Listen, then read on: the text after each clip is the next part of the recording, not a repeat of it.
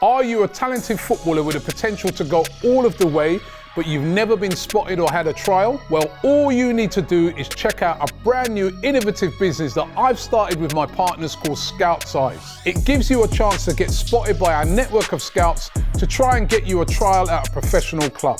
Scout Size places you in front of a professional scout who will assess your talent. You simply need to visit our website right now and upload your clips as directed. Our scouts will then view them and give you a full assessment. If you meet a certain criteria, your details will be sent to scouts at professional football clubs for them to come and see you play. It's as simple as that. So visit scoutsize.com right now and send in your clips, and a scout could be coming to watch you play at your next game. Welcome along to AFTV Transfer Daily, the show that keeps you up to date with players that may link with a summer transfer move to Arsenal. Hi, and welcome along to AFTV Transfer Daily, the show that keeps you up to date with players that may link with a summer transfer move to Arsenal. The Arsenal players now over in Los Angeles to start their tour, their pre-season tour. We're going to be flying over to there today. Really looking forward to taking in those games. Arsenal, 3 games. Bournemouth, Manchester United and Liverpool. 3 good games over there in America. 2 in LA, 1 in Philadelphia. Cannot wait. Very interesting yesterday, the players that travelled out. Lots of young players on that plane, although Charlie Patino was a noticeable absentee. Does that mean that Arsenal are going to be looking to sell Charlie Patino? He's had a couple of seasons on loan. And also on the plane, no Takehiro Tomiyasu. He's injured at the moment. A knee injury is going to keep him out, may not return until the start of the season. Huge blow for Arsenal. Yet again, another injury for Tomiyasu. We talk about Thomas Partey's injuries, Jesus' injuries. Tomiyasu is up there. He gets injured a lot, and now he's out of the pre-season tour with a knee injury. Hence why Arsenal are trying to buy these additional defenders. Another defender, Kieran Tierney, also not on that plane. He's got a hamstring injury that he sustained from the Euros. So, pre-season about to kick off. We're here. We're getting near now towards the start of the season. This is where it all begins. And of course, I spoke about it yesterday. We're bringing in Riccardo Calafiori. Hopefully that should all get sorted out and we should see that signing done this week. A medical will be done and also him signed officially, and then get him on that plane out there to the USA so that he can participate in some of that tour. But positive news around him. There doesn't seem to be any hiccups. It's going to be a 5-year contract to 2029. And you only had to listen yesterday to comments from the legendary Bonucci saying that he's really, disappointed that he didn't go to Juventus and how good a player he is. So we really are signing on a good player. And with Tomiyasu being out, we need more defenders. Oh, my days. So who's next? Who's coming in next now that Calafiori is coming in? I think we'll get a clearer picture this week on Nico Williams. I spoke about this one yesterday, the fact that he may go nowhere. He just may stay at Atletico Bilbao. He's very happy there. Of course, Barcelona pushing very, very hard to sign him. But I saw this story today which is saying Arsenal are not scared to make a move as well.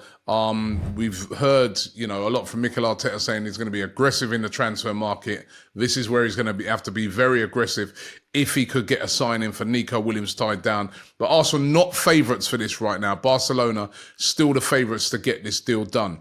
There's also Mikel Merino. He seems to be high on the list. Again, spoken about him multiple times on the show.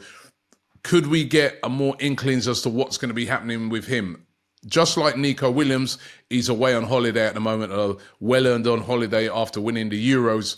But there are reports coming out of Spain that he's definitely decided to leave Real Sociedad. It's only, again, like Nico Williams, where will he go? Freeway battle, it seems, for his signature. Barcelona would love to sign him, but they've got serious financial problems and will have to offload players to even consider it. The other team in Spain that's really hot on him and he's their number one priority are Atletico Madrid. Atletico Madrid have made Merino their number one target. They really, really want him. But the reports coming out of Spain saying that they're frightened of Arsenal just for the fact that they know that Arsenal can offer him a better deal. They know that Arsenal have spoken to him already. This is why Atletico Madrid are trying to make their move now. Will Arsenal make their move, or are they relaxed because they've already got some information with Merino that this could happen? This is going to be an interesting one to keep an eye on because certainly he fits the profile of what Arsenal need. And this is another one. I feel that could be the second signing, but let's wait and see how it all pans out. Linked again today to Barış, Alper, Yılmaz of Galatasaray. You would have remembered him playing in the Euros up front for Turkey. He sort of played as a false number 9 there. But he can sort of play as a second striker, but he's predominantly for his club a right winger. Spotted in London last week, which caused a little bit of a frenzy. It was where's he going? Because he's been heavily linked with moves to Spurs. He's been linked with a move to Liverpool and also linked with Arsenal. A versatile winger, as I said. Now, Galatasaray, despite, having this big sort of valuation on him of over £40 million, are said to be willing to sell him if they get offers in excess of £25 million. He's a right winger.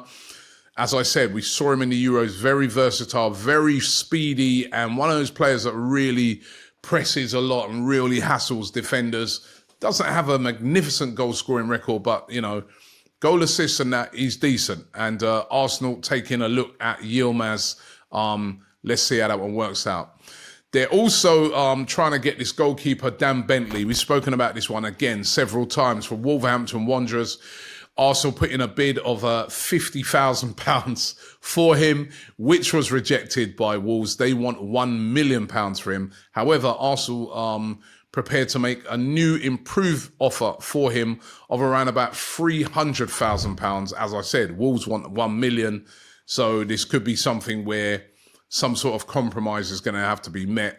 It does look like this is going to happen somewhere down the line. Dan Bentley, who was at Arsenal as a youngster, would like to return back to the club. And Arsenal are looking to make this signing. Even the fact that they signed a keeper yesterday, but he's an 18-year-old looking to go into the youth team. This Dan Bentley would be one of the backup goalkeepers. But what happens with Aaron Ramsdale? Away again on holiday, got to the finals of the Euros with Arsenal, not on that plane, on the US tour. What's going to happen to him? According to Team Talk, they are claiming that Newcastle are very, very interested in Aaron Ramsdale. They've been interested in him before. They're interested in him again. The thing I keep thinking about the Newcastle thing is they've got Pope. Is Aaron Ramsdale going to want to play second fiddle at another club?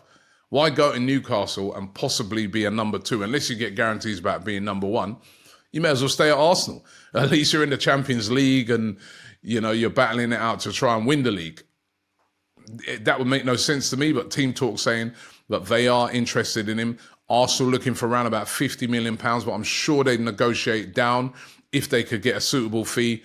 And we've spoken about this one before, that Southampton's still interested in a possible loan move for Aaron Ramsdale. That could suit both parties. He could go in there on loan.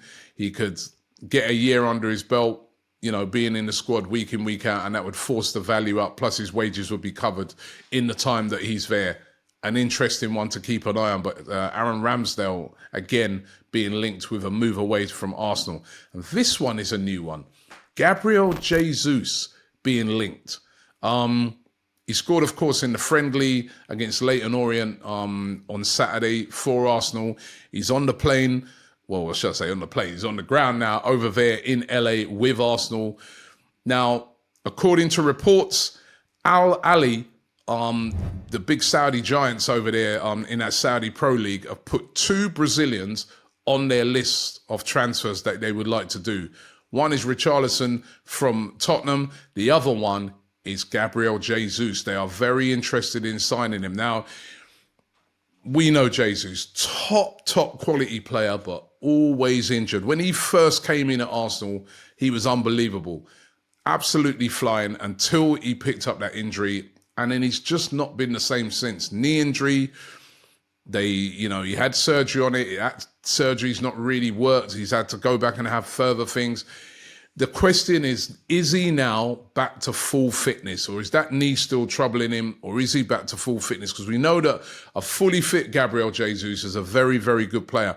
And I was saying it a few weeks ago that he has a very, very big season coming up for Arsenal. I think almost make and break. He's 27 now. As I said, couple of injury hit seasons after the potential he showed when he first came in. But this is the season that he has to do it for Arsenal. He really does. Or they're probably going to move him on. And what if Al Ahly came in with a huge offer for him? I mean, he's valued at around about £55 million right now. What if Al Ahly came in and said, all right, here it is. Here's the 55 million. We know these Saudi teams are fully capable of doing that. Would Arsenal be tempted to sell Gabriel Jesus? Remember, we're short in the striking department as it is. Strikers at the moment, as it stands, is Gabriel Jesus and Kai Havertz.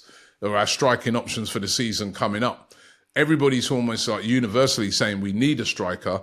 You sell Gabriel Jesus, that's another striker down. He can also cover on that right-hand side as well. But the injuries. Question for you guys today. If a big offer came in for Gabriel Jesus, say 55, 60 million, would you sell him? Or do you think, no, important player, we need to keep him. We got big things coming up this season and lots of games, and there's no real strikers out there. Keep hold of Gabriel Jesus. I would love to hear from you guys today. Please let me know in the comments. Thanks for watching the show. Listen, I'm going to, after finishing the show, get on a plane, get to the airport to get on a plane. Hopefully this computer glitch that's been causing problems around the world is eased up. Off to LA, of course, where we're going to be out there. That's where I'm going to be doing all of my transfer dailies over the next sort of, nearly 2 weeks. So make sure you check out each and every day. Might be a little bit later, right, some days, because obviously you got the big time difference over there, 8 hours behind in LA.